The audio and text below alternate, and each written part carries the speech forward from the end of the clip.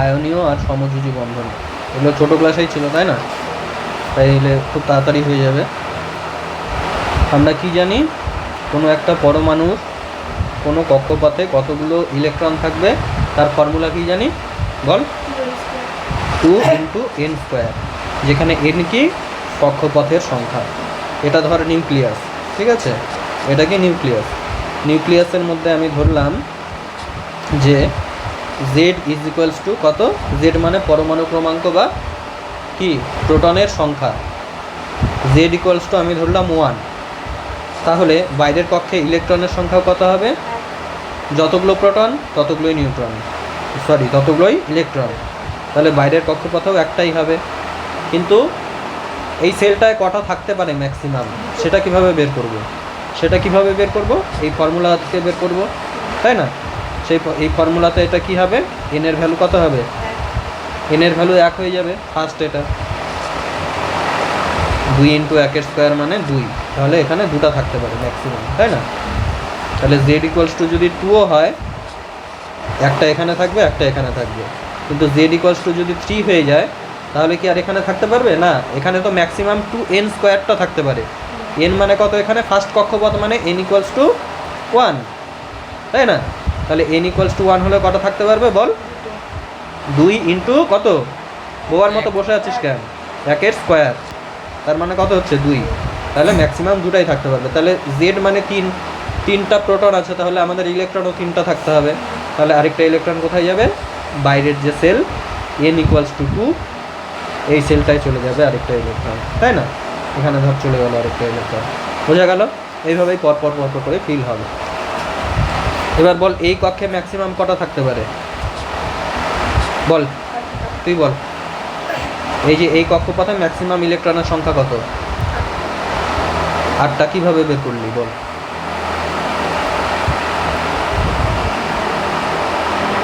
এখানে কি দেখতে পাচ্ছিস না, তুই কি চোখে প্রবলেম আছে তো, এখানে কি লেখা আছে, ম্যাক্সিমাম ইলেকট্রনের সংখ্যা কি দিয়ে বের করতে হয়, 2n², n কত এখানে, এটা কত নাম্বার কক্ষপথ, এটা নিউক্লিয়াস, এটা 1 নাম্বার কক্ষপথ, এটা 2 নাম্বার কক্ষপথ, লেখাই আছে n = 2। তাহলে ম্যাক্সিমাম কটা থাকতে পারবে বল, 2 × n এর ভ্যালু কত, 2 এর কি স্কয়ার, 2 এর স্কয়ার মানে কত,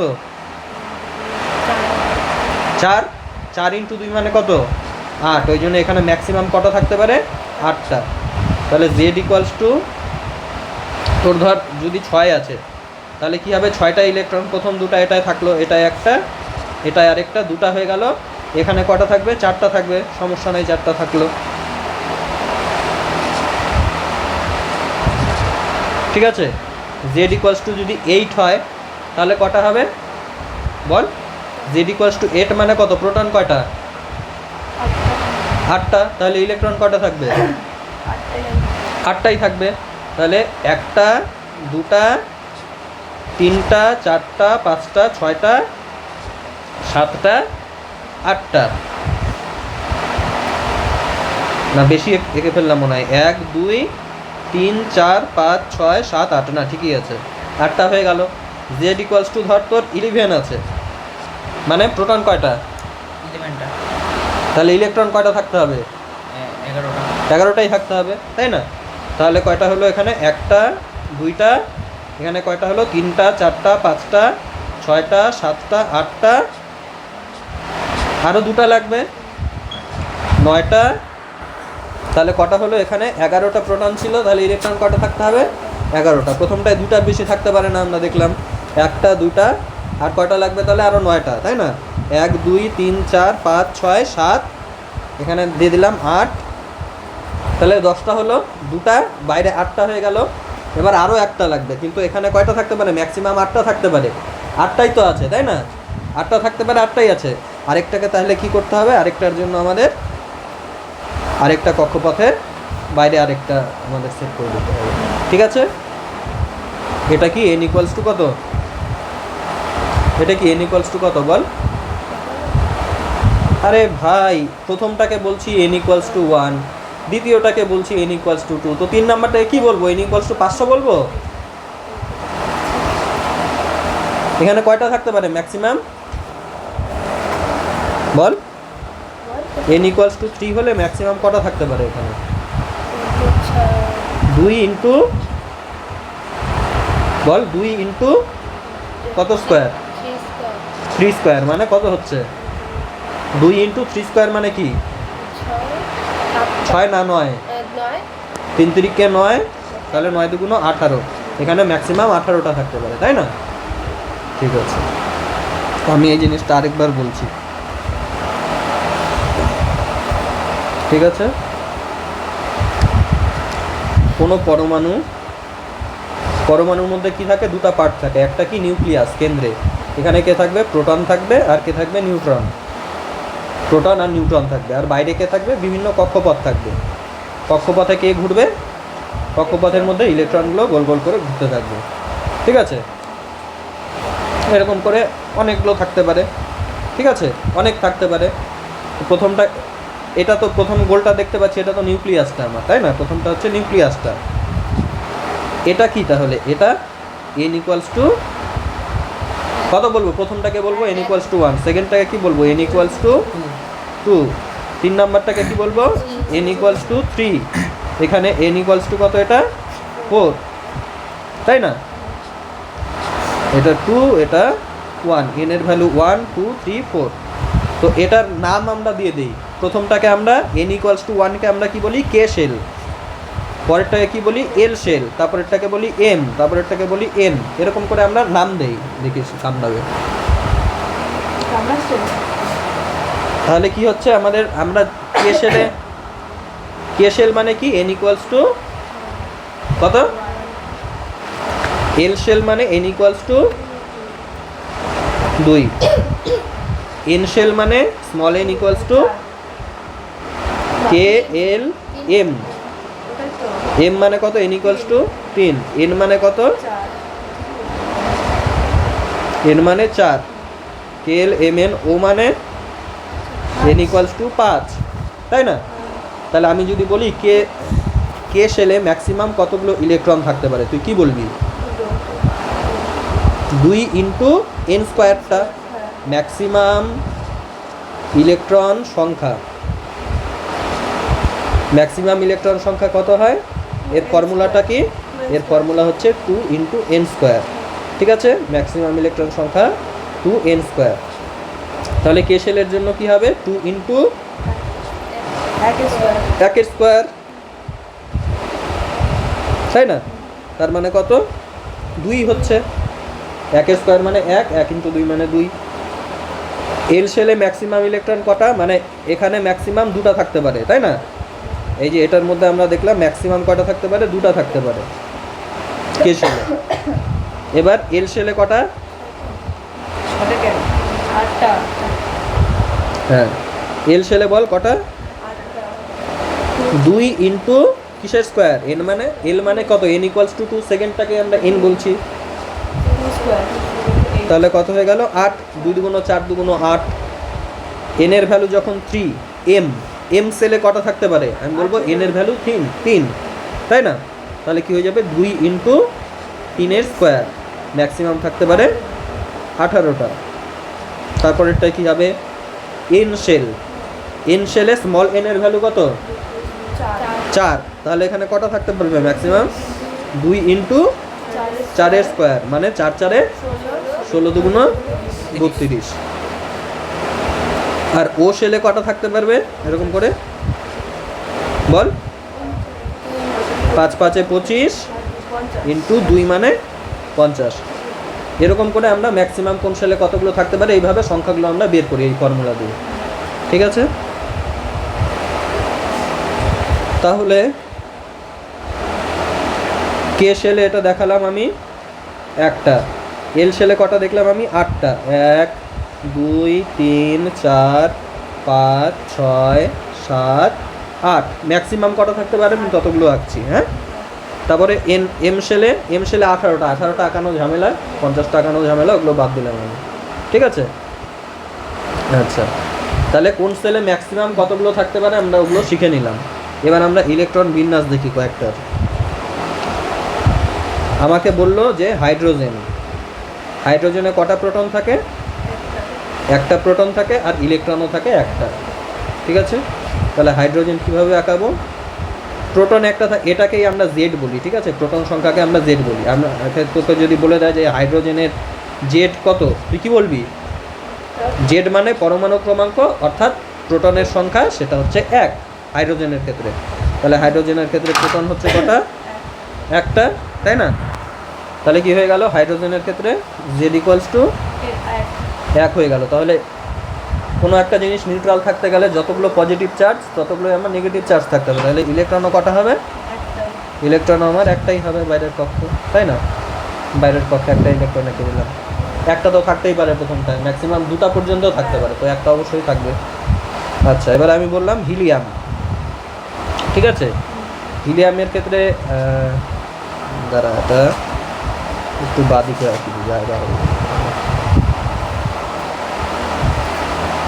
এটা আমরা হাইড্রোজেন আঁকলাম। এবার আমরা আঁকবো কি? হিলিয়াম। হিলিয়াম কেমন করে আঁকবো বল?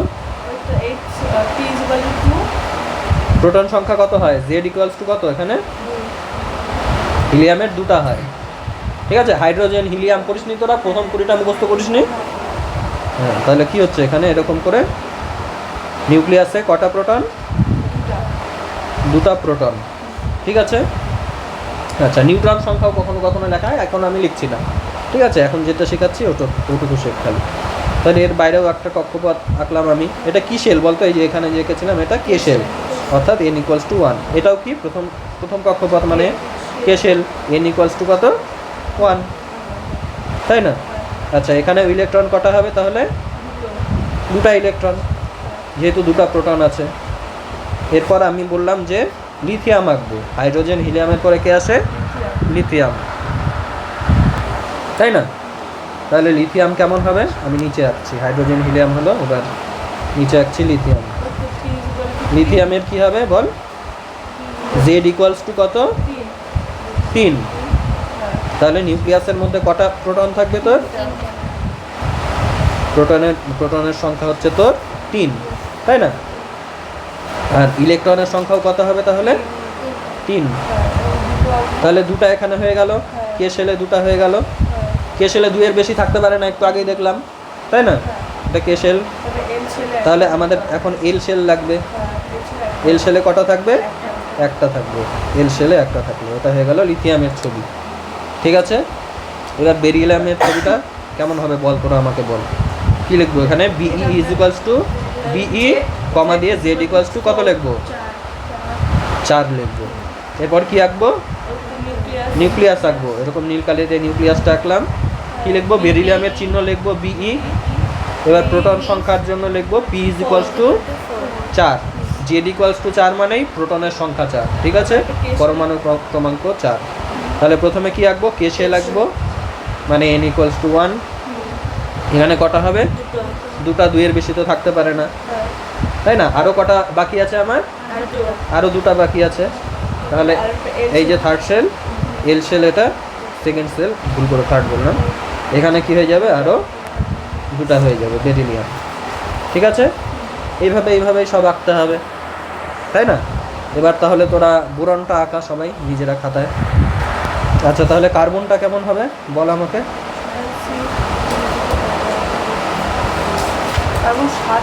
না, কার্বন 6। কার্বন কি হবে? জেড ইকুয়ালস টু 6, তাই না? তাহলে নিউক্লিয়াসটা কি হবে বল? নিউক্লিয়াসের মধ্যে কি লিখবো? লিখবো C, P is equals to কত? 6 লিখবো।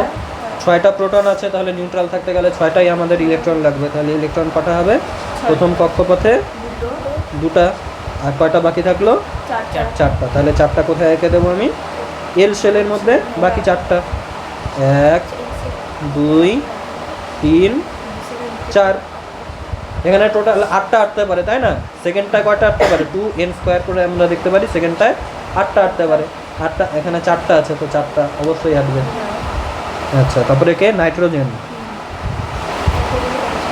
নাইট্রোজেনটা কর, নিজেরা কর, এদিকে দেখ। তাহলে নাইট্রোজেনের কেমন আঁকলাম আমরা? এখানে তোর হচ্ছে নাইট্রোজেন তো হয়ে গেল না? আচ্ছা, নাইট্রোজেন অক্সিজেনের কী হবে বল তাহলে? জেড ইকুয়ালস টু 8, তাই না? তাহলে কত হয়ে যাবে এখানে? কি লিখবো আমি? অক্সিজেন লিখবো, প্রোটন সংখ্যা কত লিখবো? 8 লিখবো। আর এখানে আমাদের টোটাল 8টা হবে। প্রথমের সেলে কে সেলে 2টা, আর তারপরে এল সেলে কটা? এল সেলে হয়ে যাবে 6টা। 1 2 3 4 5 6 হয়ে গেল অক্সিজেন। তারপরে অক্সিজেনের পর কে হয়?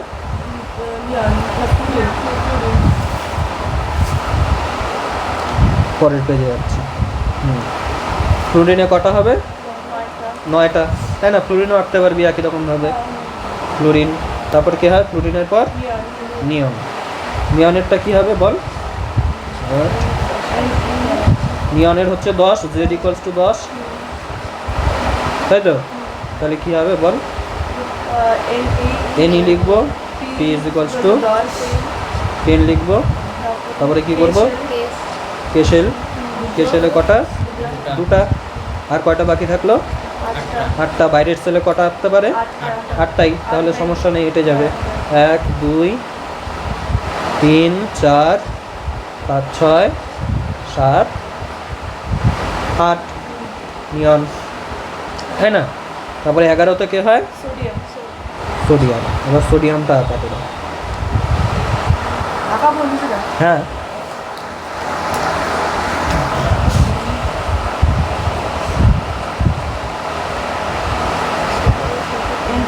সোডিয়াম মানে Na। জেড ইকুয়ালস টু কত? 11 মানে 11টা প্রোটন, 11টাই ইলেকট্রন।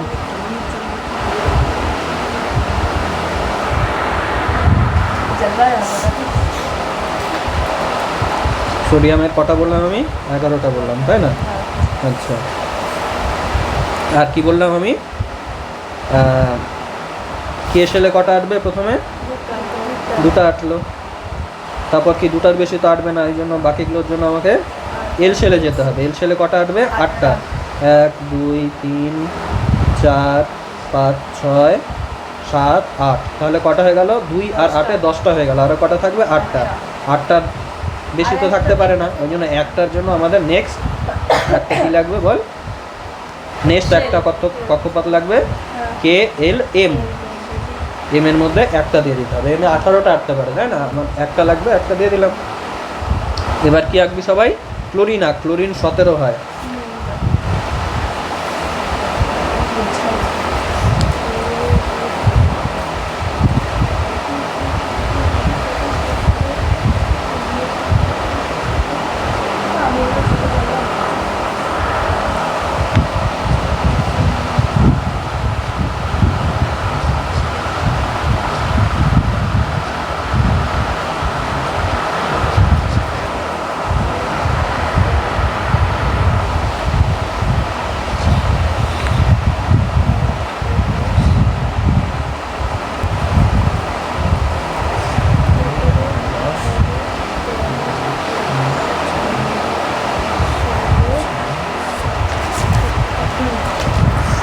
তাহলে কি হয়ে গেল? ক্লোরিনের 17টা আছে প্রোটন, তাহলে ইলেকট্রনও থাকবে আমাদের 17টা। ঠিক আছে, প্রথমটায় থাকলো 2টা। তারপরে এল সেলে কটা থাকবে? 8টা।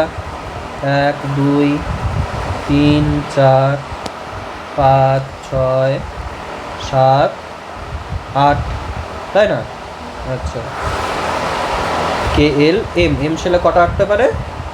18টা। ঠিক আছে, 18টা। কিন্তু আমাদের কয়টা লাগবে? আর 10টা হয়ে গেল, আর 7টা। তাহলে আমরা কি করব? কটা করব?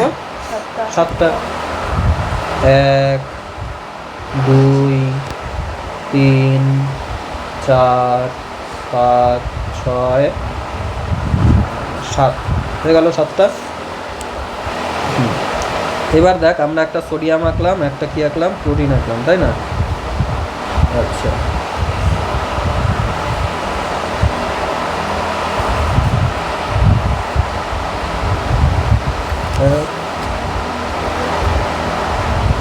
আচ্ছা, আমরা কি জানি? আমরা জানি যে কোনো একটা সেল, ঠিক আছে, মানে লাস্ট সেলের বাইরে ফুল ফিল্ড থাকতে চায় অথবা হাফ ফিল্ড থাকতে চায়, ঠিক আছে? ফুল ফিল্ড থাকতে চায় অথবা হাফ ফিল্ড থাকতে চায়। তাহলে আমাদের ফুল ফিল্ডের মধ্যে কি আছে? 2 একটা ফুল ফিল্ড, প্রথম কক্ষে 2টা থাকতে চায়। তারপরে কি 8 একটা ফুল ফিল্ড, তাই না? তাহলে এখান থেকে 2টা সূত্র বেরোচ্ছে। একটা হচ্ছে এই মানে অষ্টক পূরণ করতে চায় বলি আমরা, আরেকটা বলি যে বাইরের কক্ষপথে ইলেকট্রন কটা করতে চায়? 2টা করতে চায়। কেউ কেউ 8টা করতে চায়, কেউ কেউ 2টা করতে চায়। এটাকে বলি অষ্টক পূর্তি করতে চায়। আর এটাকে কিছু বলা হয় নাকি, আমার নাম মনে পড়ছে না। মানে বাইরের কক্ষে মেইন কথা হচ্ছে বাইরের কক্ষে 2টা রাখতে চায়, যেগুলোর বাইরের কক্ষে 2টার মানে আশেপাশে আছে ইলেকট্রনের সংখ্যা যাদের 2-এর আশেপাশে, যেমন হাইড্রোজেনের 1 আছে 2-এর আশেপাশে, লিথিয়াম হলেও 2-এর আশেপাশে 3, তাই না? বেরিলিয়ামেরও 4। তাহলে ওরা 2 বানাতে চায় বাইরে, আর বাকি বাদ যত কিছু আছে ওরা বাইরে সবাই কত? 8 বানাতে চায়। এটা মনে রাখতে হবে, এটা বানাতে চায়। কেন বানাতে চায় জানি না, কেউ জানে না, ঠিক আছে? কিন্তু বাইরের কক্ষপথে কি করতে চায়? 2 বা 8 বানাতে চায়। আচ্ছা, এর বাইরে কটা আছে? একটা আছে। এই একটা যদি না থাকতো তাহলে এই শেলটাও থাকতো না। তাহলে এর বাইরের কক্ষে কটা হয়ে যেত? দেখ, 1 2 3 4 5 6 7 8, তাহলে 8টা হয়ে যেত, তাই না? এর বাইরে কটা আছে? 7টা আছে বাইরের সেলটায়, আঁকলাম, তাই না? 2 8 এ 10, 7 এ 17, তাই তো? এর বাইরে যদি একটা ইলেকট্রন পেয়ে যায় তাহলে কি হয়ে যাবে? এরও 8টা হয়ে যাবে, অষ্টক পূর্তি হয়ে যাবে। তাহলে কি করবে? এর একটা ইলেকট্রন একে দিয়ে দেবে, ঠিক আছে? এর একটা ইলেকট্রন একে দিয়ে দিল, তখন কি হয়ে যাচ্ছে? তাহলে ছবিটা নেক্সটে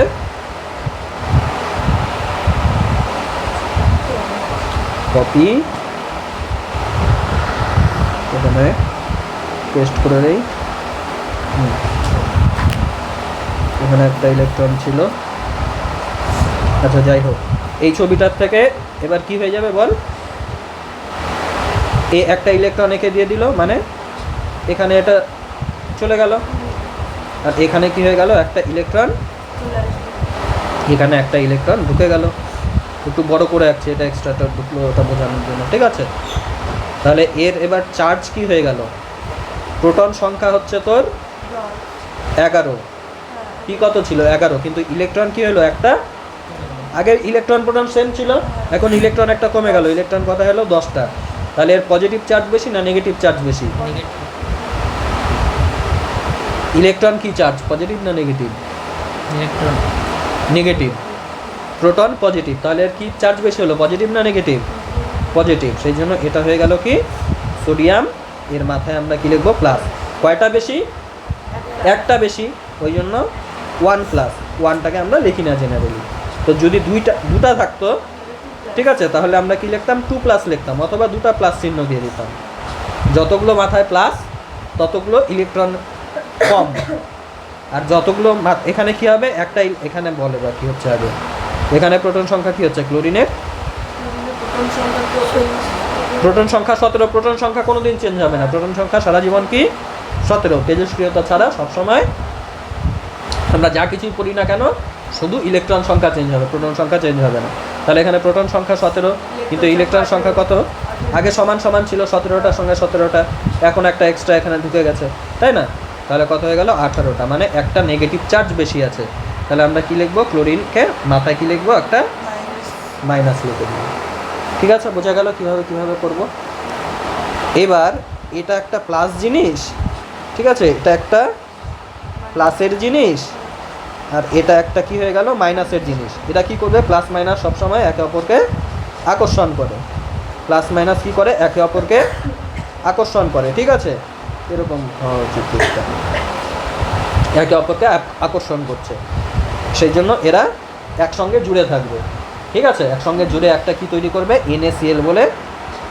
Na প্লাস আর Cl মাইনাস, এরা আকর্ষণ করবে, আকর্ষণ করার ফলে একসঙ্গে জুড়ে গিয়ে Na প্লাস আর Cl মাইনাস মিলে কি তৈরি হয়ে যাবে?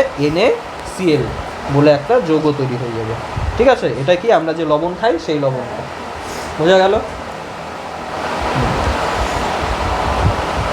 ঠিক আছে, এবার দেখ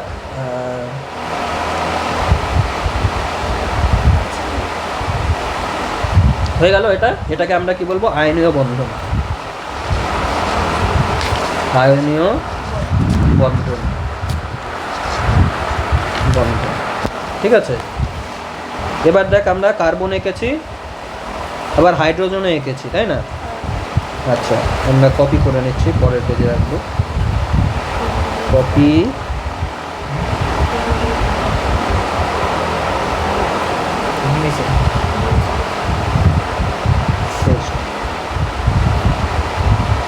এটা কি হয়ে গেল? আমাদের একটা কার্বনের ছবি, তাই না? একটু আগে এঁকেছিলাম।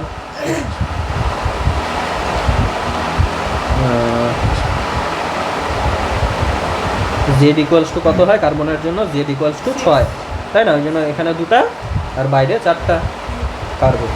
আর হাইড্রোজেন আমরা কেমন এঁকেছিলাম বল?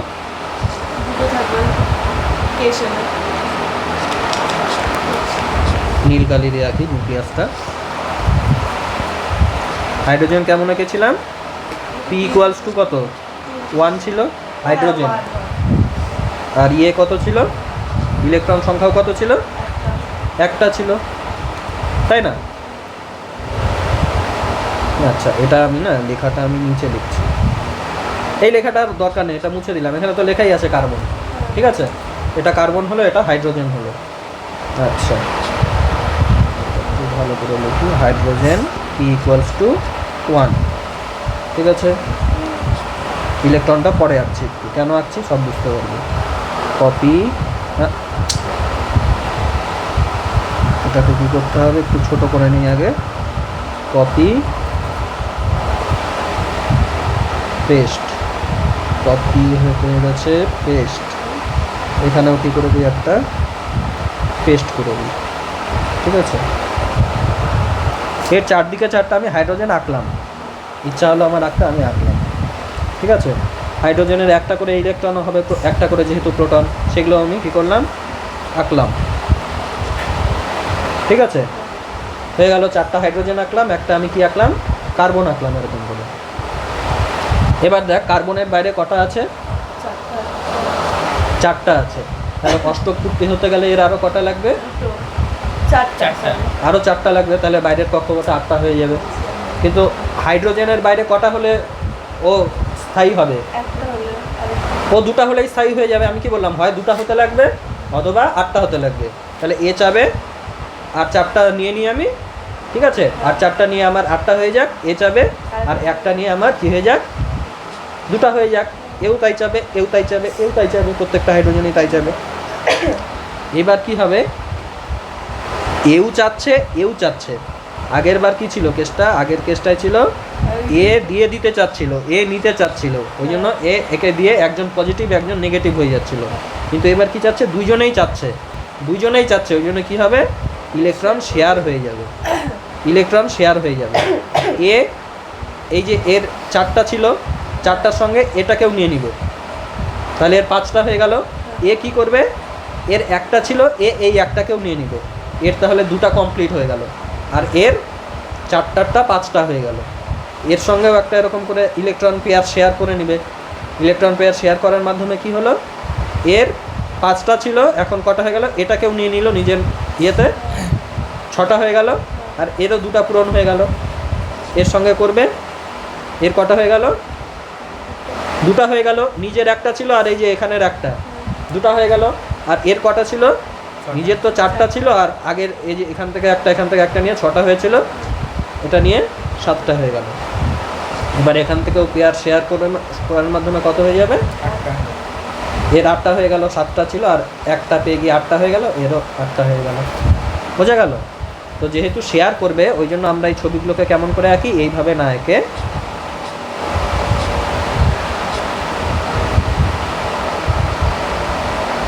আমরা দাঁড়া,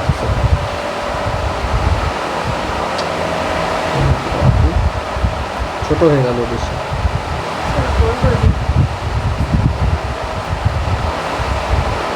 ঠিক আছে?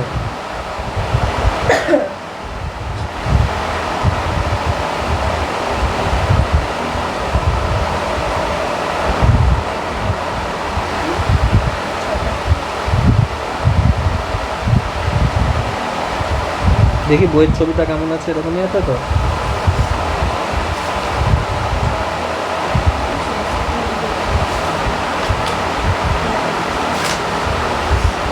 হুম, ঠিকই আছে। দেখি এক সেকেন্ড। এরকম করে আঁকি, আর কি করি, এটাকে আরও পরিষ্কার করে দেখানোর জন্য আমরা এটাকে মাঝখানে এঁকে দিই। দেখ মাঝখানে এঁকেছে, এই যে দুটা ছিল তো, দুটাকে আমি ওইভাবেও আঁকতে পারি, অথবা আমি দেখাই কীরকম করে, এরকম করে। তাহলে এই জিনিসটা দেখানো আরও যুক্তিযুক্ত যে দুটার মধ্যেই আছে এটা। এই কক্ষপথে না দেখিয়ে আমি দুটা কক্ষপথের জাস্ট মাঝখানে দেখিয়ে দিই। বোঝা যাচ্ছে তো? ছবিটা এরকম হওয়া উচিত ছিল, কিন্তু আমি ছবিটা যাতে পরিষ্কার হয় তাই কেমন করে আঁকি, এখানে দুটা না এঁকে মাঝখানে দিয়ে দিই দুটোকে।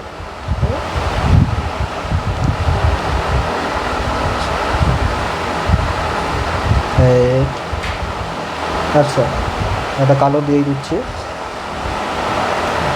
ঠিক আছে? এই দিয়ে দিলাম। এখানে কেমন হবে?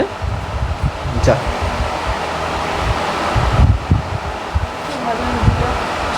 লাল পুট লিখলো, হ্যাঁ লাল পুট লিখলো, মুছে দিলাম, ঠিক আছে? এই লালটা ভাব নাই, অত মোছা যাচ্ছে না, একটু ভেবে নিতে হবে।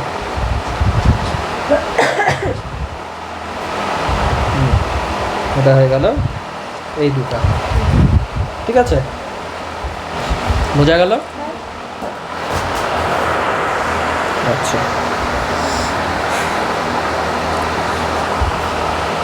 দেখ আমাদের এবার আমরা আরেকটা উদাহরণ করছি একই রকম করে। আমাদের কার্বনের পরে কে ছিল? নাইট্রোজেন, তাই না? নাইট্রোজেনের ছবিটা কেমন ছিল? আর কপি পেস্ট করছি না, আঁকতেই কম সময় লাগবে। নাইট্রোজেন প্রোটন সংখ্যা কত ছিল বল? 7। তাহলে ইলেকট্রন সংখ্যাও কত? 7। এখানে হয়ে গেল কটা? দুটো। আর বাইরে কটা হয়ে গেল? 5টা, তাই না? 1 2 3 4 5। তাহলে এ কটা যাবে, বাইরে আর কটা লাগবে? বাইরে কটা আছে? 1 2 3 4 5, তাই না? 5টা আছে, তাহলে 8টা হতে আর কটা লাগবে বাইরে? 3টা। এবার এখানে ধর হাইড্রোজেন আছে, হাইড্রোজেনের কটা করে থাকে আমরা জানি? হাইড্রোজেনের একটা করে থাকে, তাহলে কটা হাইড্রোজেন লাগবে এরকম? এখানে কয়টা ইলেকট্রন আছে? 7টা। বাইরে 7টা ইলেকট্রন আছে, তাই না? 7টা না, কি বলছি আমি, টোটাল 7টা আছে। বাইরে কটা আছে? 1 2 3 4 5। তাহলে এর অষ্টকূটীয়তে কটা লাগবে? আর কয়টা লাগবে? 3টা লাগবে, তাই না? তাহলে আমার 3টা যদি এরকম করে হাইড্রোজেন থাকতো, এখানে একটা হাইড্রোজেন ধর, এখানে একটা হাইড্রোজেন আছে ধর, ঠিক আছে? আর এখানে ধর একটা, কোথায় এই জায়গাটায় দিয়ে দিলাম আমি, একটা হাইড্রোজেন আছে, P = 1। তাহলে এই হাইড্রোজেনের বাইরেও কটা ইলেকট্রন আছে? একটা ইলেকট্রন আছে। এই হাইড্রোজেনের বাইরেও কটা ইলেকট্রন আছে? একটা ইলেকট্রন আছে। এই হাইড্রোজেনের বাইরেও কটা আছে? একটা ইলেকট্রন আছে। তাহলে কি করবে? এই হাইড্রোজেন এই ইলেকট্রনটাকে নিয়ে নেবে, আর এর হাইড্রোজেন এই হাইড্রোজেনের ইলেকট্রনটাকে নিয়ে নেবে, মানে এই দুটো ইলেকট্রন শেয়ার হয়ে যাবে এখানে, তাই না? তাহলে আমি ছবিটা কেমন করে আঁকবো? এরকম করে না এঁকে এরকম করে একটা গোল দিয়ে দেবো। দুজনের মধ্যেই দুটো আছে, দুজনের মধ্যেই দুটো আছে। এর যেটা ছিল সেটাও এ নিয়ে নিয়েছে, এর যেটা ছিল সেটাও এটা নিয়ে নিয়েছে, দুজনে নিয়েছে, ঠিক আছে? এখানেও কি হবে? এর একটা আর এর একটা, দুটাই দুজনের কাছে এখন চলে গেছে, তাই না?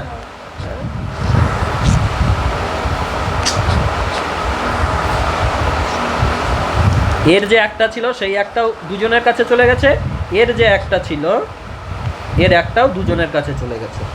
এরটা যখন আঁকবো এরটাও সেম ভাবে, এর একটা যেটা ছিল সেটাও দুজনের মাঝে চলে গেছে, এর যে একটা ছিল সেটাও কি হয়ে গেছে? এদের দুজনের মাঝখানে চলে গেছে। তাহলে এটা কি হয়ে গেল? আমাদের NH3 গঠন হয়ে গেল, ঠিক আছে? এটাকে আমরা বলি অ্যামোনিয়া গ্যাস। বোঝা গেল? পরীক্ষায় যদি বলে অ্যামোনিয়া আঁকো, তাহলে কি আঁকতে হবে? এটা আঁকতে হবে। এই যে এই ছবিটা দেখতে পাচ্ছিস বোর্ডে, এই ছবিটা আঁকতে হবে অ্যামোনিয়া আঁকতে গেলে। বোঝা গেল? হ্যাঁ আঁকলে এই বন্ধনটাকে কি বলা হয় বলতো? সমযোজী বন্ধন। অ্যাকচুয়ালি সমযোজী এক বন্ধন, একটা করে ইলেকট্রন যেহেতু দুজনেই দিচ্ছে সেই জন্য সমযোজী এক বন্ধন।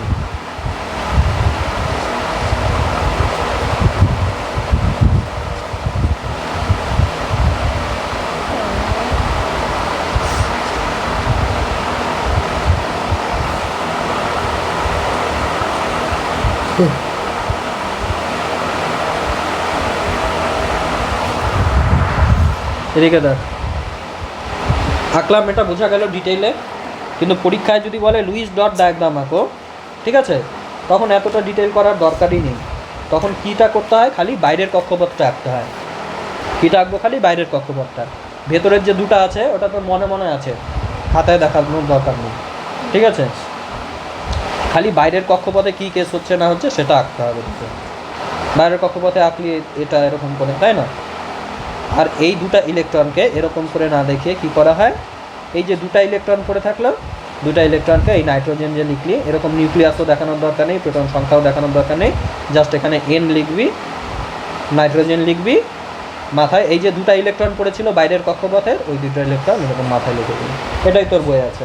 এটাকে কি বলে? Luis dot diagram. Luis dot চিত্র। বোঝা গেল? আমি কি করলাম? কিচ্ছু করলাম না, এই ছবিটা আরও কি আগের থেকে সহজ হয়ে গেল, কারণ ভিতরের কক্ষপথ আমার যা ছিল সব বাদ, নিউক্লিয়াস যা ছিল সব বাদ, কিচ্ছু আঁকতে হবে না। খালি বাইরের কক্ষপথে কীভাবে আছে ইলেকট্রনগুলো সেগুলো আমাকে দেখাতে হবে। এরকম করে দুটা করে 6টা হচ্ছে এরকম পেয়ার হিসাবে আছে, আর বাকি দুটা সিঙ্গেল আছে, এদেরকে লোন পেয়ার বলা হয়, ঠিক আছে। লোন পেয়ার আছে, লোন পেয়ারটা সবসময় এটার মাথায় একে আমরা দেখিয়ে দেবো। বোঝা গেল? তাহলে বল এটাকে আমরা কিভাবে আঁকবো? এই জিনিসটাকে কিভাবে আঁকবো? আমরা লিখবো কার্বন, তারপর কি করব? এই যে এই ছবিটাকে লুইস ডট যদি বলে আমরা কি করব? আমরা এই ভেতরের জিনিসটা আঁকার দরকার নেই, আর এই নিউক্লিয়াসটা আঁকার দরকার নেই, তাই না? এটাই হয়ে গেল লুইস ডট ডায়াগ্রাম। আর এখানে কোনো পেয়ার কি বেঁচে আছে? কোনো ইলেকট্রন বেঁচে আছে? ওই জন্য মাথায় কিছু এরকম আঁকবো না আমরা, এটাই হয়ে যাবে লুইস ডট ডায়াগ্রাম, তাই না? ঠিক আছে,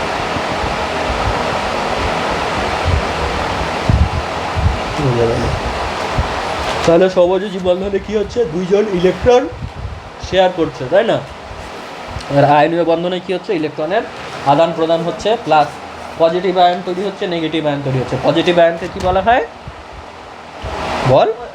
ক্যাটায়ন। আর নেগেটিভ আয়নকে কি বলা হয়? অ্যানায়ন।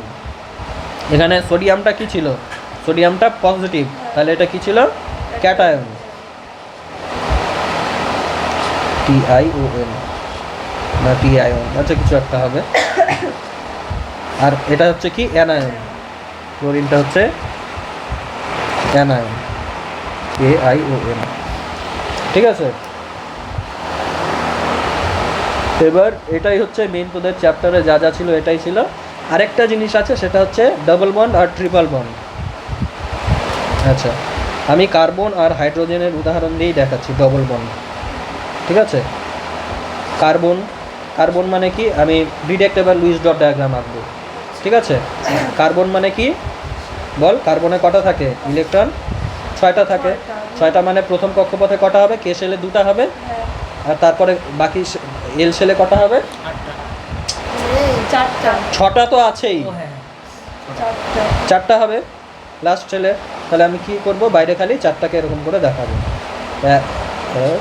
1 2 3 4, এরকম করে আমি আরও একটা কার্বন নিলাম ধর, ঠিক আছে। 2টা কার্বন নিলাম, বোঝা গেল?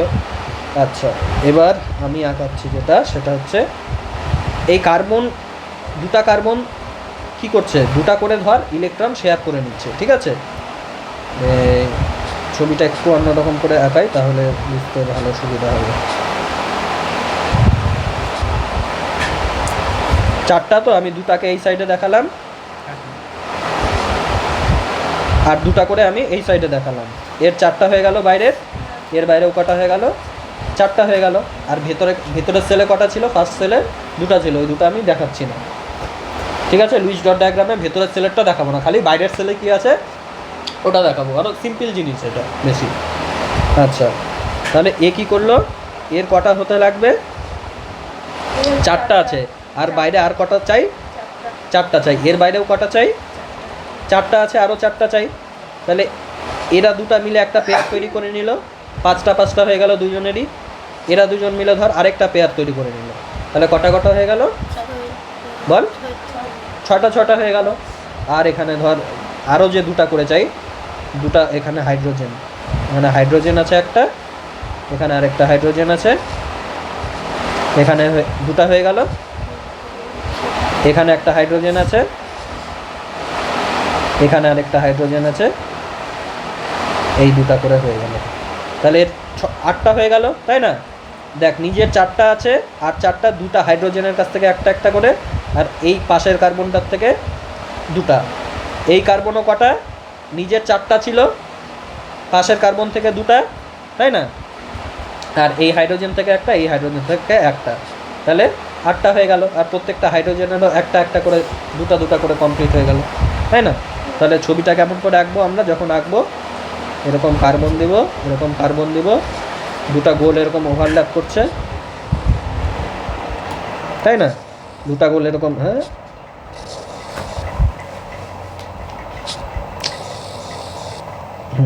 দুটা গোল ওভারল্যাপ করছে, ওগুলোকে একটু বড় দিতে হবে, নাহলে জায়গা শর্ট পড়ে যাবে।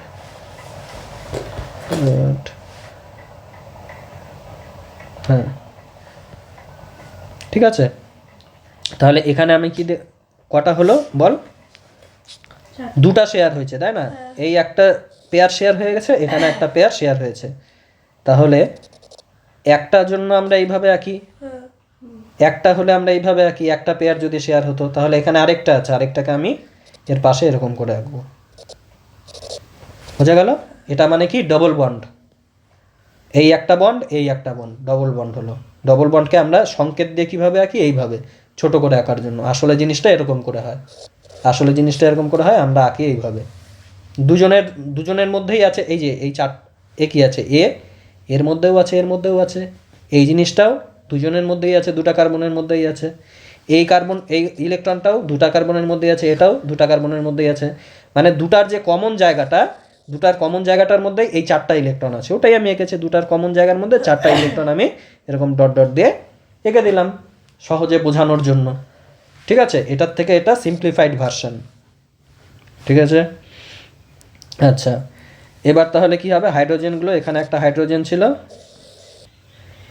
এই দুটা ইলেকট্রন কাদের মধ্যে কমন, এই কার্বন আর এই হাইড্রোজেনের মধ্যে কমন। তাহলে এই কার্বন আর এই হাইড্রোজেনের মধ্যে এই জায়গাটা কমন আছে, এই জায়গাটার মধ্যে আমি এই দুটা ইলেকট্রনকে এইভাবে এঁকে দিলাম, বোঝা গেল? এই হাইড্রোজেনের এই ইলেকট্রনটা আর এই কার্বনের এই ইলেকট্রনটা, এরা দুটাই এই কার্বন আর এই হাইড্রোজেনের মধ্যে কমন আছে, তাই না? তাহলে এরকম করে এদেরকে এরকম একটা গোল দিয়ে নিলাম, এটা হচ্ছে এদের মাঝখানের কমন জায়গাটা, এখানের কমন জায়গায় এই ইলেকট্রনটা আর এই ইলেকট্রনটা এঁকে দিলাম আমি, বোঝা গেল? এখানেও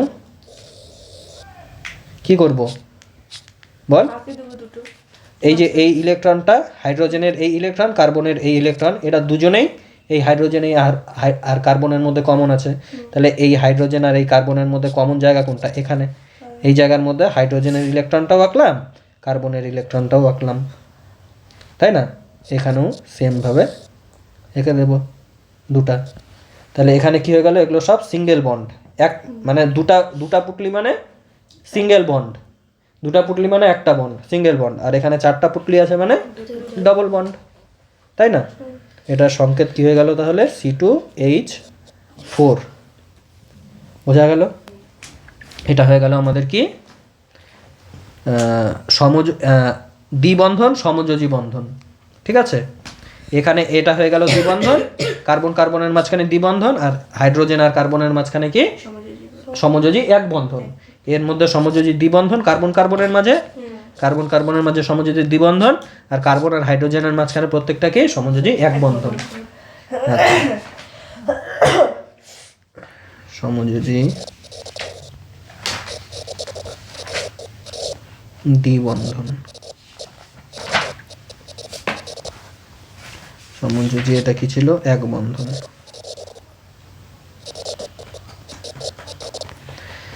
তাই না? এটাও সমযোজী এক বন্ধন, এটাও কি ছিল? সমযোজী এক বন্ধন। আচ্ছা, এবার দেখ আমি একটা মৌল আঁকছি, সরি একটা যৌগ আঁকছি। যৌগটার নাম হচ্ছে, দাঁড়া এক সেকেন্ড, একটা দাগ দিয়ে নিই, এখানে একটা দাগ দিয়ে নিই।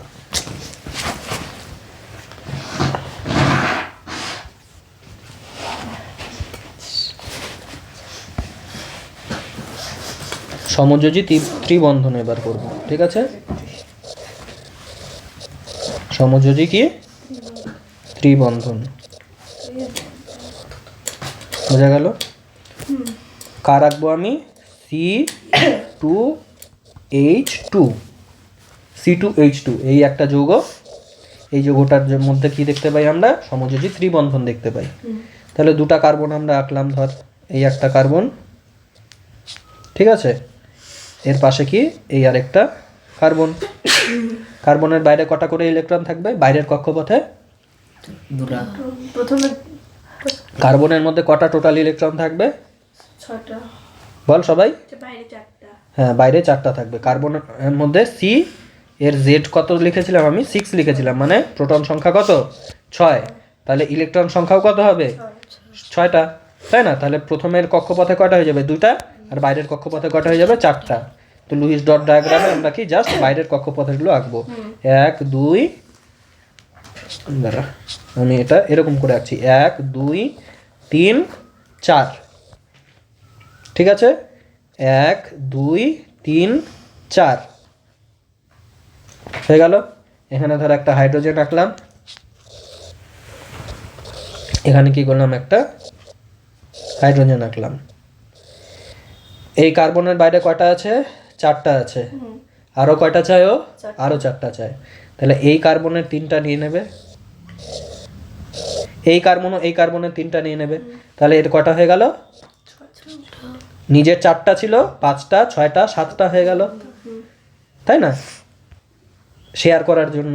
আর এরও কটা ছিল? 4টা ছিল, 1 2 3 4টা ছিল, 5টা 6টা 7টা হয়ে গেল, শেয়ার করে নিল।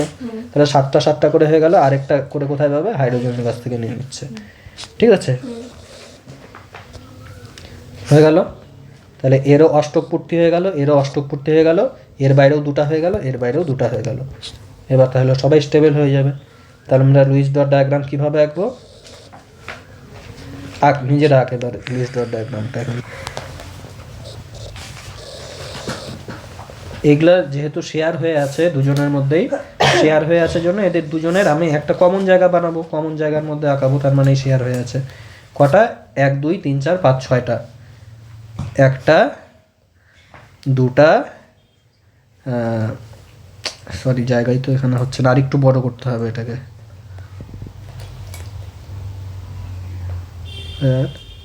আচ্ছা এখানে এঁকে দিচ্ছি।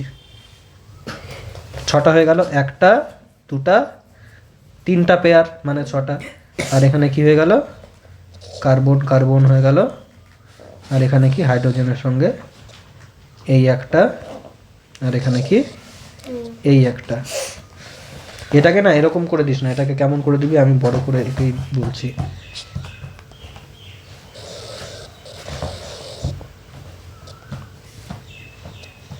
একটা, দুটা, 3টা এরকম আছে না বইয়ে? না আগেরটার মতো আছে? দেখ তো, আমি ভুলে গেছি। এটা কত? দুটা ট্রিপল বন্ড নেই, এই তো ট্রিপল বন্ড না, আগেরটার মতো করেই আছে। কিন্তু কেন আছে আগেরটার মতো করে?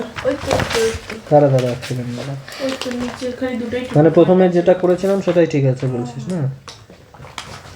কিন্তু এখানে যেই হিসাবে দেখেছে, একটা আঁকলেই হলো। এখানে যে হিসাবে দেখিয়েছে একটাকে, প্রথমটাকে ওপর নিচে আঁকে, তাহলে 2টাকে এর পাশে আঁকবো, 3টাকে তার পাশে আঁকবো, হিসাব মতো এটা যেরকম দেখিয়েছে এরকমই হওয়ার কথা এদের অনুযায়ী। কিন্তু করে দিয়েছে আবার ট্রিপল বন্ডের সময়, এটা করলেই হলো, ঠিক আছে?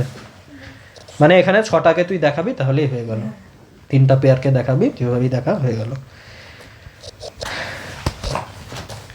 আচ্ছা, এবার বইয়ে কী কী আছে পড়ে নিই, রিডিং হয়ে গেল, ছুটি, তারপর চ্যাপ্টার শেষ।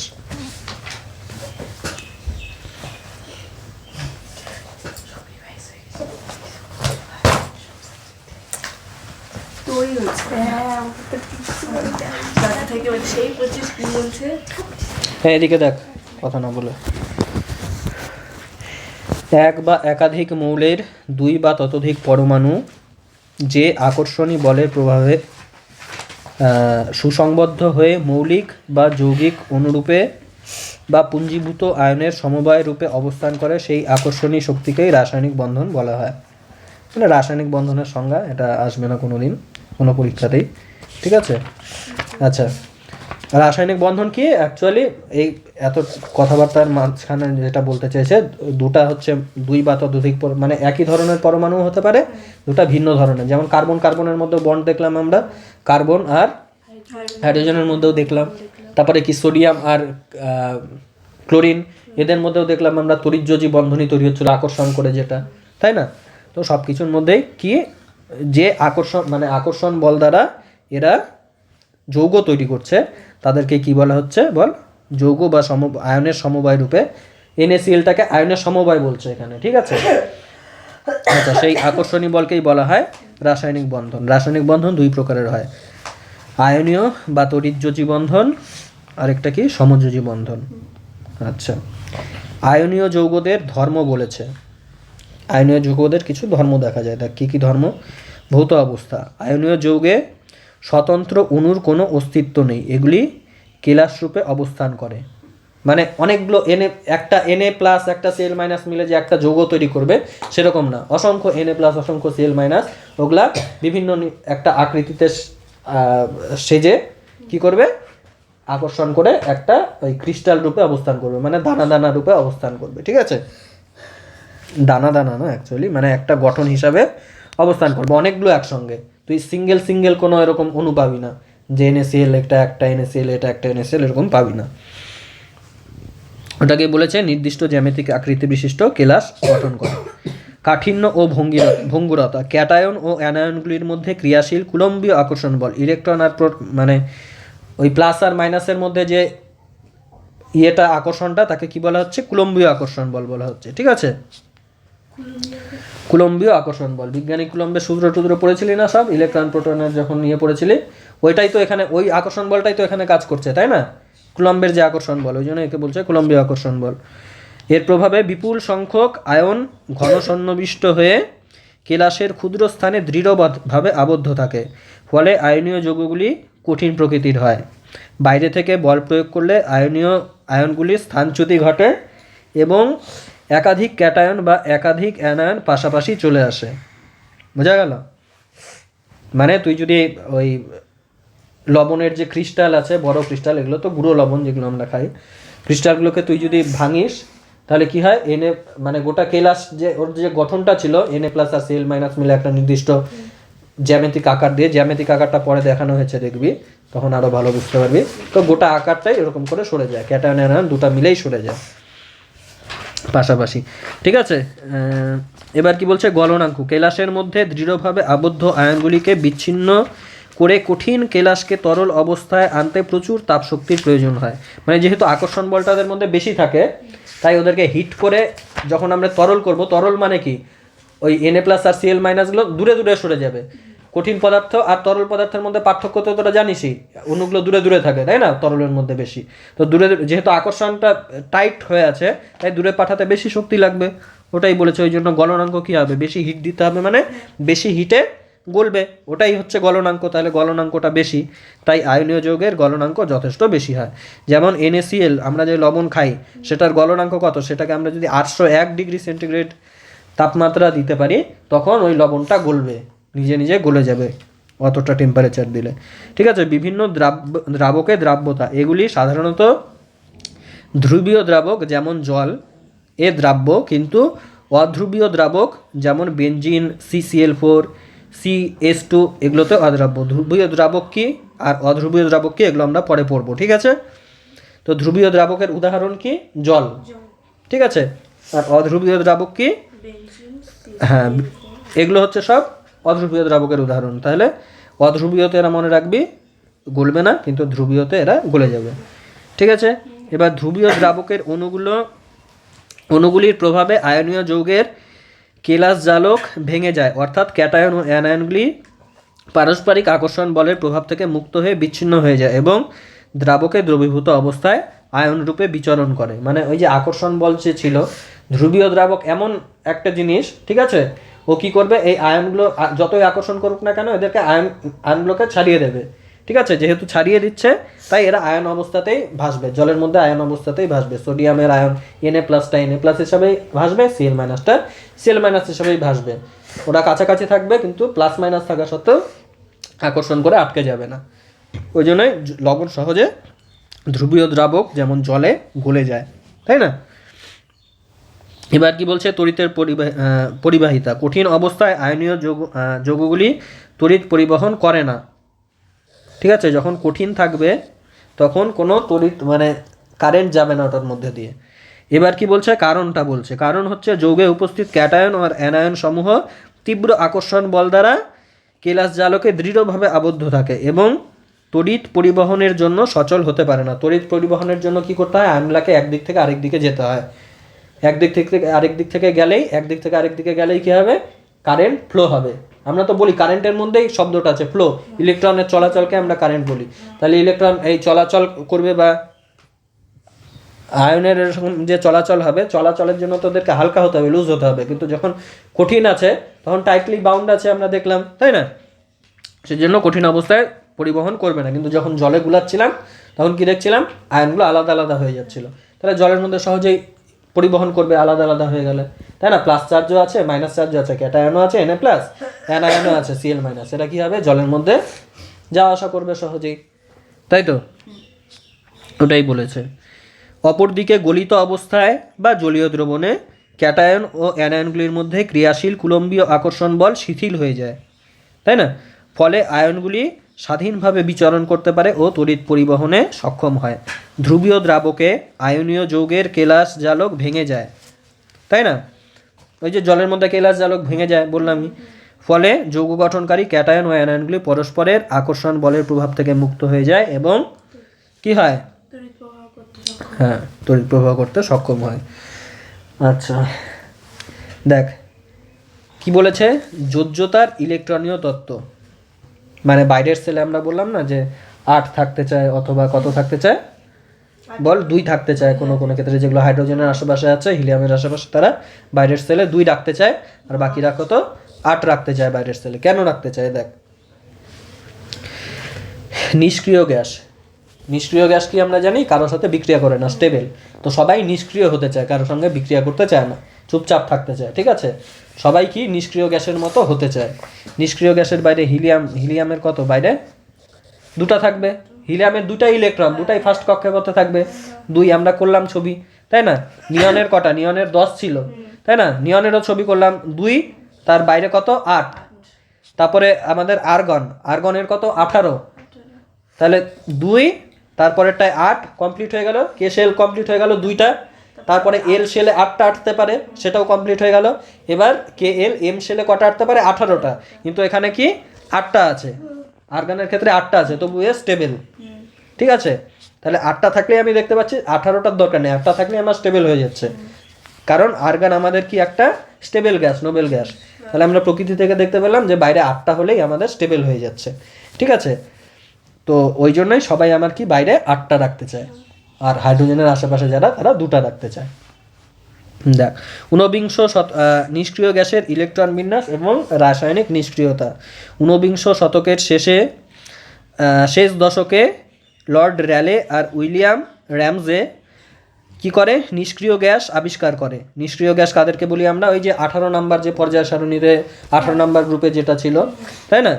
হিলিয়াম, নিয়ন, আর্গন, ক্রিপ্টন, জেনান আর রেডন, এরাই হচ্ছে কি নিষ্ক্রিয় গ্যাস। আচ্ছা, তারপর এদের নিষ্ক্রিয়তার কারণ নিয়ে গবেষণা শুরু হয় এবং পরমাণুর ইলেকট্রন বিন্যাসের সঙ্গে রাসায়নিক নিষ্ক্রিয়তার সম্পর্ক স্থাপনের চেষ্টা চলতে থাকে। বোঝা গেল? হিলিয়াম ব্যতীত অন্যান্য নিষ্ক্রিয় গ্যাস মৌলগুলির সর্ববহিস্থ কক্ষপথে কটা দেখতে পারি আমরা, 8টাই।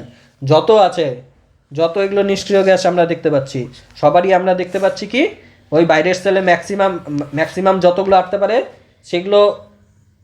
সেগুলো ম্যাটার করে না। বাইরে এখানে কি ম্যাটার করে মেইন বাইরের কক্ষপথে 8টাই সবার দেখা যাচ্ছে যে 8টা করেই আছে, তাহলে বাইরের সেলে আমরা কি দেখব যে 8টা করেই থাকলে আমাদের নিষ্ক্রিয় হয়ে যাবে। যেহেতু নিষ্ক্রিয় গ্যাস প্রত্যেকটার কত আছে বাইরের সেলে সবার, যখন আমরা এরকম ইলেকট্রন বিন্যাস করে দেখবো বাকিদেরও এরকম করে দেখবো 8টাই আছে, বাইরে গিয়ে লাস্টের সেলে দেখবো 8টাই আছে। সেই জন্য কি বলছে দেখ, যেহেতু নিষ্ক্রিয় গ্যাস মৌলগুলির রাসায়নিক বিক্রিয়ায় কোনো প্রবণতা দেখায় না, তাই অনুমান করা হয় যে ওদের পরমাণুগুলির ইলেকট্রন বিন্যাস খুবই সুস্থিত। ইলেকট্রন বিন্যাস সুস্থিত, ওই জন্যই ইলেকট্রন আদান প্রদান করে বিক্রিয়া টিক্রিয়া করে না কারোর সাথে, তাই না? এবং তদানুযায়ী সিদ্ধান্ত করা হয় যে নিকটতম নিষ্ক্রিয় গ্যাস মৌলের পরমাণুর মতো, নিকটতম মানে কাছের নিয়ারেস্ট যে তোর আছে ওই নিষ্ক্রিয় পরমাণু আছে তার মতো ইলেকট্রন বিন্যাস তৈরি করে নেবে, কারণ তার মতো ইলেকট্রন বিন্যাসটা সুস্থিত, তাই না? আমরা কি বলছি নিষ্ক্রিয় গ্যাস মানে কি? নিষ্ক্রিয় গ্যাস মানে তারা কারোর সাথে বিক্রিয়া করে না, তার মানে তারা সুস্থিত। কেন সুস্থিত? এসব ইলেকট্রন বিন্যাসের জন্যই সুস্থিত। তাহলে কোনো একটা ইলেকট্রন ধর 17 যার আছে, সে কি হতে যাবে? 18তে আর্গন আছে, সে আর্গনের মতো হতে যাবে 18, তাই না?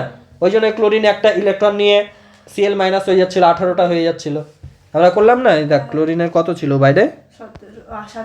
17 ছিল, টোটাল 17 ছিল, একটা নিয়ে 18 হয়ে গেল। নিয়নের তো এমনিতেই 18 থাকে, 18টা প্রোটন আর 18টা নিউট্রন, তাহলে ইলেকট্রন স্ট্রাকচারটা কার মতো হয়ে গেল? এর নিয়ারেস্ট যে তোর নিষ্ক্রিয় গ্যাস মৌল ছিল অর্থাৎ নিয়ন, তাই না? নিয়নের মতো হয়ে গেল। তাহলে 18টা ইলেকট্রন যেভাবে সেজে থাকে নিয়নে, ক্লোরিনের ক্ষেত্রেও সেভাবে সেজে গেল। ওটাই বলছে যে নিয়ারেস্ট তোর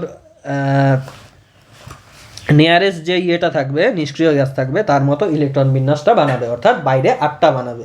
নিয়ারেস্টের মতো বানাবে মানেই কি? নিয়ারেস্ট নিষ্ক্রিয় গ্যাসের মতো বানাবে মানে কি? বাইরে 8টা বানাবে, সোজা কথায়, তাই না? বাইরে 8টা বানাবে, এটাই মনে রাখতে হবে। আচ্ছা, নিকটতম নিষ্ক্রিয় গ্যাস মৌলের মতো পরমাণুর মতোই সুস্থিত ইলেকট্রন বিন্যাস অর্জনের আকাঙ্ক্ষাতেই বিভিন্ন পরমাণু নিজেদের মধ্যে রাসায়নিক বিক্রিয়া বা রাসায়নিক মিলন ঘটায়। ঠিক আছে, সবাই ওই বাইরে 8টা বানাতে চায়, মানে ওই নিষ্ক্রিয় গ্যাসের মতো ইলেকট্রন বিন্যাস, নিয়ারেস্ট যে নিষ্ক্রিয় গ্যাস আছে তার মতো সেম টু সেম ইলেকট্রন বিন্যাস বানাতে চায়। সেই জন্যই রাসায়নিক বিক্রিয়া টিক্রিয়া হয়, যেন 8টা করে ফিল হয় সবার বাইরে, কারো কারো ক্ষেত্রে 2টা করে। আচ্ছা, অষ্টক সূত্র ও দ্বৈত সূত্র। মৌলের পরমাণুর সর্ববহিস্থ কক্ষপথের ইলেকট্রন সংখ্যা 8 হলে পরমাণুটি সুস্থিত ইলেকট্রন বিন্যাস লাভ করে এবং বলা যায় যে পরমাণুর সবচেয়ে বাইরের কক্ষে ইলেকট্রনের অষ্টক পূর্ণ হয়েছে। সাধারণত রসায়ন শাস্ত্রে একে অষ্টক সূত্র বা অক্টেট রুল বলা হয়। ঠিক আছে, তবে হিলিয়ামের কাছাকাছি যেসব মৌলগুলি থাকে, হাইড্রোজেন, হিলিয়াম, লিথিয়াম, তাই না, বেরিলিয়াম, এদের রাসায়নিক মিলনের সময় কি দেখা যায়? ওদের সর্ববহিস্থ কক্ষে 2টা ইলেকট্রন ধরে রাখার প্রবণতা দেখা যায়, মানে ওরা বাইরের কক্ষে 2 রাখতে চায়, 2 রেখেই কি হয়ে যায়? স্থির হয়ে যায়। একে দ্বৈত সূত্র বলা হয়। বোঝা গেল? আচ্ছা, এবার শুরু হচ্ছে মেইন জিনিস, আয়নীয় বন্ধন আর সমযোজী বন্ধন। প্রথমে আমাদের কি আয়নীয় বন্ধন আর আয়নীয় যৌগ সম্পর্কে বলেছে। তড়িৎযোজী বা আয়নীয় বন্ধন সম্পর্কিত কোসেলের ধারণা। ঠিক আছে, কোসেল একটা বিজ্ঞানীর নাম। হ্যাঁ, NaCl এর মতো যেসব যৌগে আয়নের অস্তিত্ব আছে, বিজ্ঞানী কোসেল 1916 খ্রিস্টাব্দে সেই সব যৌগে পরমাণুর মধ্যে রাসায়নিক বন্ধন গঠন সম্পর্কিত একটি নতুন ধারণা দেন। সব আমরা এগুলো আগে পড়ে নিয়েছি, সেগুলোই এখন ভাষায় পড়ছি, তাই না? 2টি ভিন্ন মৌলের রাসায়নিক বিক্রিয়ায় একটি তড়িৎ ধনাত্মক মৌলের পরমাণু ওর বহিস্তম কক্ষ থেকে এক বা একাধিক ইলেকট্রন বর্জন করে, আর তড়িৎ ঋণাত্মক পরমাণু কি করে? ওই বর্জিত ইলেকট্রনটি বহিস্তম কক্ষে গ্রহণ করে। তাহলে কি হয়ে যাচ্ছে এখানে? তড়িৎ ধনাত্মককে বল, সোডিয়ামটা ছিল তড়িৎ ধনাত্মক, তাই না? কারণ একটা ইলেকট্রনও দিয়ে দিতে চাইছে, ওই জন্য তড়িৎ ধনাত্মক। আর কি তড়িৎ ঋণাত্মক, ডান দিকে পর্যায় সারণীর ডান দিকে যারা ছিল তড়িৎ ঋণাত্মকতা বেশি পড়েছি, এ হচ্ছে তড়িৎ ঋণাত্মক। তাহলে কি করবে? ইলেকট্রন নিতে চাইবে, ক্লোরিন ইলেকট্রন নিতে চাইবে। তাহলে তড়িৎ ঋণাত্মকটা কি করছে? একটা ইলেকট্রন নিয়ে বাইরের কক্ষপথে অ্যাড করে দিচ্ছে, আর এ বাইরের কক্ষপথ থেকে একটা ইলেকট্রন দিয়ে দিচ্ছে। তাহলে এ দিয়ে দিচ্ছে জন্য পজিটিভ, নিয়ে নিচ্ছে জন্য নেগেটিভ, তাই না? তাহলে কি হয়ে গেল?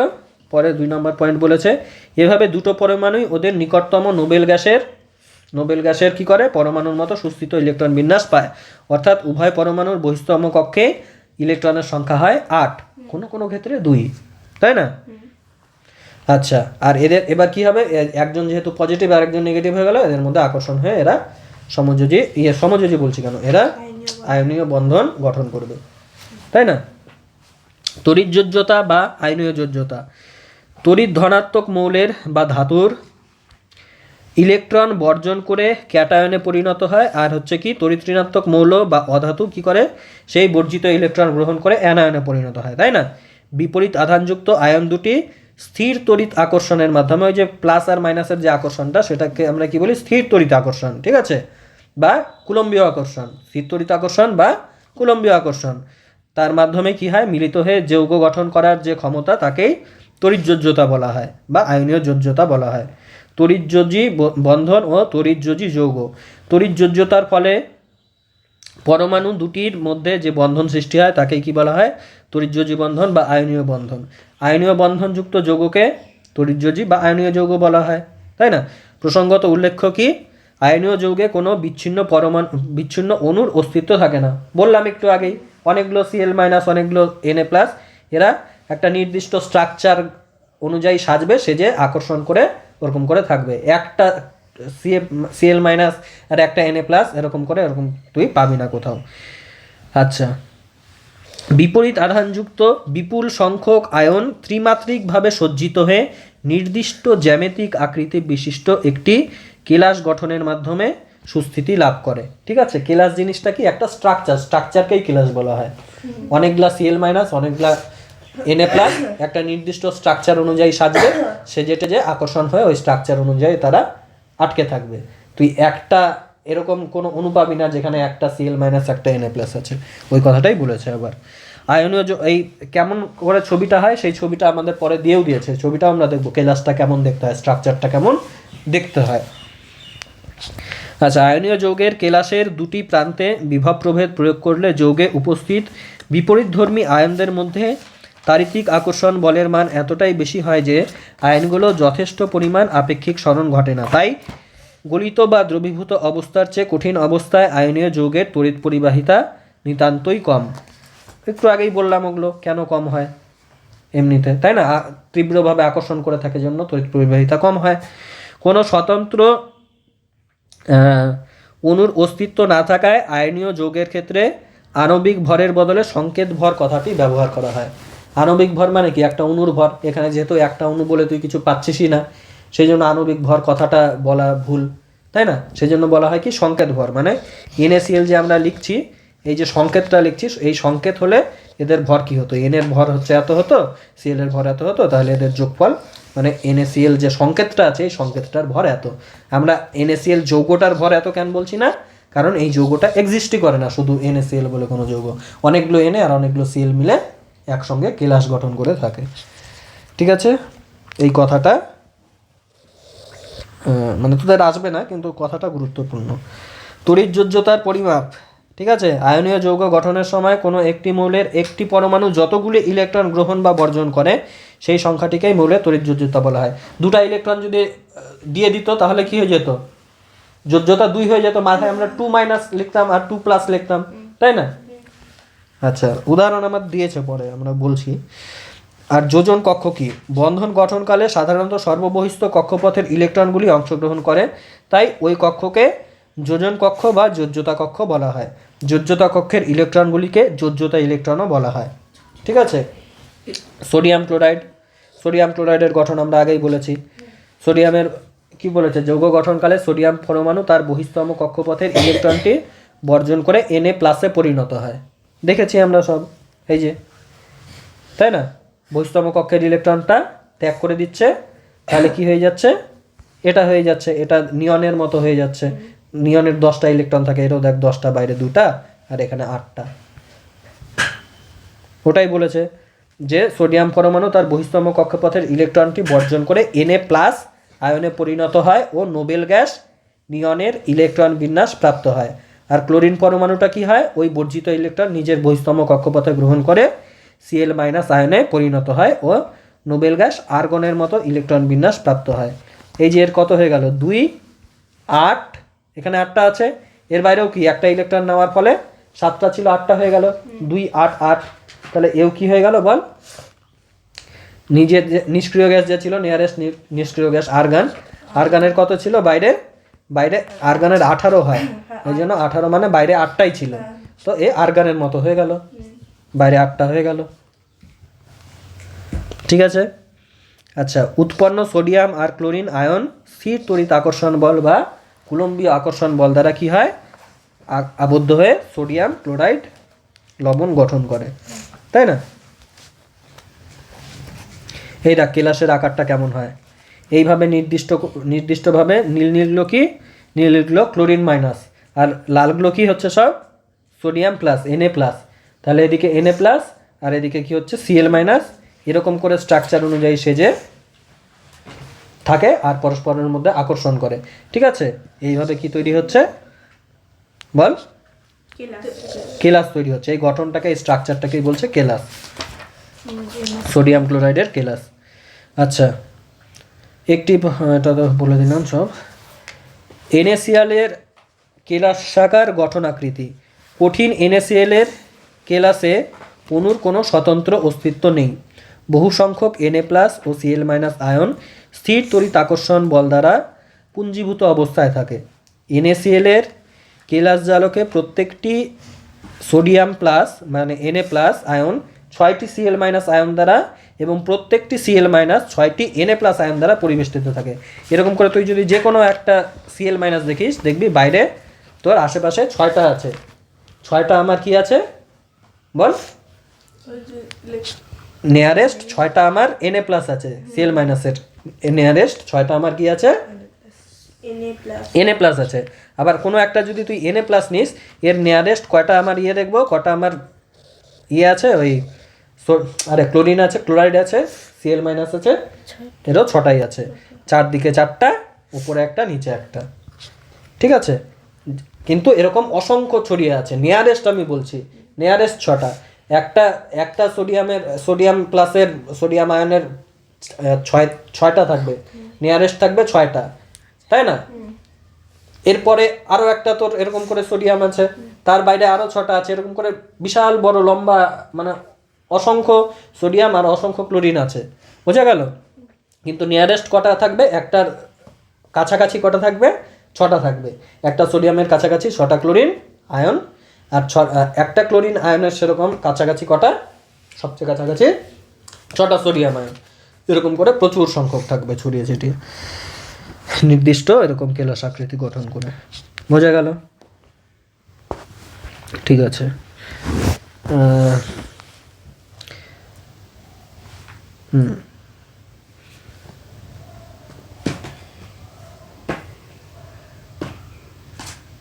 আচ্ছা, এখানে কি বলছে দেখ, সোডিয়াম ক্লোরাইডের একটি কেলাসকে Na প্লাস Cl মাইনাস ব্র্যাকেটে N রূপে প্রকাশ করা হয়। N রূপে কেন লিখছে, কারণ এরকম অনেকগুলো আছে, N এর ভ্যালু কি অনেক বড় হবে, অনেক বড় কিছু, তাই না? এটা মানেই কি N সংখ্যক সোডিয়াম আয়ন আর N সংখ্যক ক্লোরিন আয়ন মিলে N সংখ্যক সোডিয়াম ক্লোরাইড এরকম করে গঠন করছে। ঠিক আছে, সোডিয়ামও কিন্তু গ্যাস আর ক্লোরিনও কিন্তু গ্যাস। ঠিক আছে, মানে আয়নগুলো এরা সব গ্যাস, কিন্তু এরা যখন আকর্ষণ করে থাকছে তখন সলিড হয়ে যাচ্ছে দুটা গ্যাস মিলে। ঠিক আছে। আচ্ছা, এবার কি বলছে, ক্যালসিয়াম অক্সাইড। ক্যালসিয়াম অক্সাইডে কি থাকে, ক্যালসিয়ামের 12 হয়। ঠিক আছে, তাহলে 12টা ইলেকট্রন কিভাবে থাকবে, প্রথমে 2টা, তারপরে 8টা, তারপরে 8টা, তারপরে আবার 2টা। ঠিক আছে, অক্সিজেনের কেমন, 8টা, 2 আর 6। ঠিক আছে, 2 আর 6, তাহলে কি হয়ে যাবে, এর 2টা দিয়ে দিতে চাইবে, তাহলে বাইরে 2 8 8 হয়ে গেল, মানে বাইরেরটায় 8 হয়ে গেল। এর কি অক্সিজেনের 2টা লাগবে, তাহলে এখানে কি হয়ে গেল 2, আর এদিকে 6 আর 2 8 হয়ে গেল। তাহলে কি করবে, ক্যালসিয়াম এই 2টা ইলেকট্রন একে দিয়ে দেবে, তাই না? ক্যালসিয়াম 2টা ইলেকট্রন দিয়ে দিল, এর বাইরে তাহলে 8টা হয়ে গেল, আর এর বাইরেও কি হয়ে গেল, 8টা হয়ে গেল, এই 2টা চলে গিয়ে, তাই না? তাহলে কি হয়ে গেল, যেহেতু 2টা দিয়ে দিল ক্যালসিয়ামের মাথায় 2টা প্লাস, 2টা ইলেকট্রন কমে গেল জন্য 2টা প্লাস, আর এখানে 2টা ইলেকট্রন বেড়ে গেল জন্য 2টা মাইনাস। বুঝা গেল? ক্যালসিয়াম অক্সাইড, ক্যালসিয়ামের কটা হয় বল? 12টা, 12টা প্রোটন 12টা ইলেকট্রন। তাহলে 12টা ইলেকট্রন কিভাবে সাজবে? প্রথমে 2টা, তারপরে 8টা, 2 8 কত হয়ে গেল? 10, তারপরে 8টা, 18টা হওয়ার কথা ছিল কিন্তু 8টাই হয়। ওই সূত্রটা এই পর্যন্তই আর কি ঠিকঠাক করে কাজ করে, তারপরে 8টাই হয়। তারপরে কত হয়ে গেল? 2টা, ঠিক আছে। আর ইয়ের কি হয়ে গেল? এর সঙ্গে কি ছিল? অক্সিজেন। অক্সিজেনের কটা হয় বল?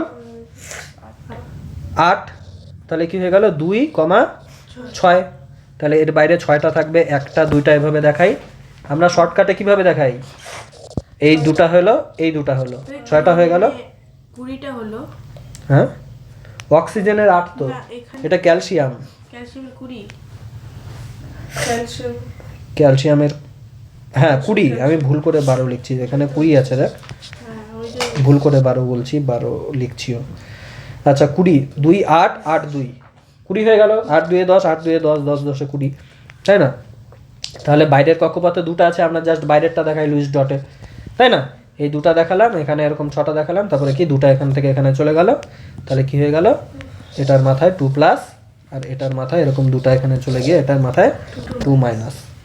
বোঝা গেল? এখানে আবার কিন্তু এরকম কমন জায়গা দিয়ে দিস না, কমন করে এখানে, তার মানে 2টার মধ্যেই আছে। এটা পাশাপাশি আঁকবি, 2টাকে ওভারল্যাপ করবি না, 2টা গোলকে মাথায় থাকবে। এই বইয়েও আঁকানো আছে, দেখে নে। বই এরকম গোল দেয়নি, বইয়ের ব্র্যাকেটের মধ্যে রেখে দিয়েছে। তুই গোল দে, ব্র্যাকেট দে, একই ব্যাপার। ঠিক আছে, তাহলে ক্যালসিয়াম অক্সাইডের কি লিখবো আমরা? মাথায় 2+ লিখবো আর 2- লিখবো, মানে এর যোজ্যতা কত হয়ে যাবে? 2 করে। তড়িৎ যোজ্যতা কত? আয়নীয় যোজ্যতা 2। এবার কি? ম্যাগনেসিয়াম ক্লোরাইড, সব একই রকম। ম্যাগনেসিয়াম ক্লোরাইডে কি হবে বল? ম্যাগনেসিয়ামের কত দেখ, 2 8 2 মানে 12, ঠিক আছে। আর ক্লোরিনের কত আমরা জানি? 17। ম্যাগনেসিয়ামের 12, তাহলে Mg যেটা 12 মানে কি? 2 8 2, তার মানে এর বাইরে 2টা আছে, তাই না? 2টাকে আমরা এইভাবে লিখবো, 2টা আছে। আর কি? ক্লোরিন, ক্লোরিনের বাইরে কটা আছে? 7টা, একটু আগেই করলাম আমরা, তাই না? 1 2 3 4 5 6 7। তাহলে কি হয়ে গেল? এরকম একটা ক্লোরিন থাকলো, আর এদিকে আরেকটা ক্লোরিন থাকবে। 1 2 3 4 5 6 7, এর এখান থেকে একটা এখানে চলে যাবে, তাহলে 8টা হয়ে গেল, একটা কমে গেল। এর এখান থেকে একটা এখানে চলে গিয়ে এর 8টা হয়ে গেল, এর একটা কমে গেল। তাহলে এর বাইরেও ছিল 2 8 ছিল, তাহলে 8 হয়ে গেল বাইরে, এদেরও 8 8 হয়ে গেল। তাহলে এই ক্লোরিনের মাথায় কি একটা পেয়েছে জন্য মাথায় কয়টা মাইনাস? একটা মাইনাস।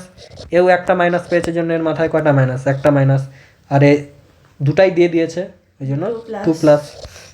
তাহলে MgCl2 এর গঠন এরকম হবে, তাই না? এবার কি বলেছে? সোডিয়াম ফ্লুরাইড, সোডিয়াম ক্লোরাইডের মতো এটা হবে, এটা রাখলাম না, ঠিক আছে। এবার কি? লিথিয়াম হাইড্রাইড, ওই লিথিয়াম হাইড্রাইডও একই রকম। লিথিয়ামের বাইরে একটা বেশি ছিল, আর হাইড্রোজেনের একটা লাগতো, তাহলে লিথিয়ামের এই একটা এখানে দিয়ে দিল, তাহলে দুজনেরই 2 2 করে হয়ে গেল, দুজনেই স্টেবল হয়ে গেল। তারপরে আমি আরেকটা বলছি এক্সট্রা করে, CaCl2, এটা তো ছিল না, তাই না? MgCl2 এর মতো হয় CaCl2, দেখ এখানে এখানে আঁকছি আমি। ক্যালসিয়ামের কত আমরা একটু আগেই পড়লাম? 20, 20 মানে 2 8, তারপরে কত? 8 2, মানে লাস্টের সেলে কটা আছে? 2টা আছে। আর ক্লোরিনের কি পড়েছিলাম আমরা? 7টা। ক্লোরিনের পড়েছিলাম আমরা 7টা আছে, তাই না? তাহলে ক্লোরিন যখন আঁকবো, ক্লোরিনে কি লিখবো আমরা বল? এরকম লিখলাম, ক্লোরিন 1 2 3 4 5 6 7। এখানেও আঁকবো কি? ক্লোরিন লিখবো এরকম করে, ক্লোরিনের 1 2 3 4 5 6 7। এখান থেকে একটা এদিকে চলে যাবে, এখান থেকে একটা এদিকে চলে যাবে, তাহলে ক্লোরিনের বাইরে 8টা হয়ে গেল, ক্লোরিনের বাইরে 8টা হয়ে গেল। আর এর বাইরের 2টা ছিল, 2টা চলে গেল, তাহলে বাইরে 8টা হয়ে গেল। তাহলে কি হয়ে যাবে? Ca 2টা দিয়েছে, তাহলে কত কত প্লাস লিখবো মাথায়? 2+ লিখবো, তাই না? আর ক্লোরিনের মাথায় কি? এটার মাথায় একটা মাইনাস, এটার মাথায় একটা মাইনাস। বোঝা গেল? এইভাবে আমরা করব। আচ্ছা, আর কি বাকি থাকলো এরপরে? সমযোজী বন্ধন, তাই না? কটা বাজে? ছয়টা ছয়টা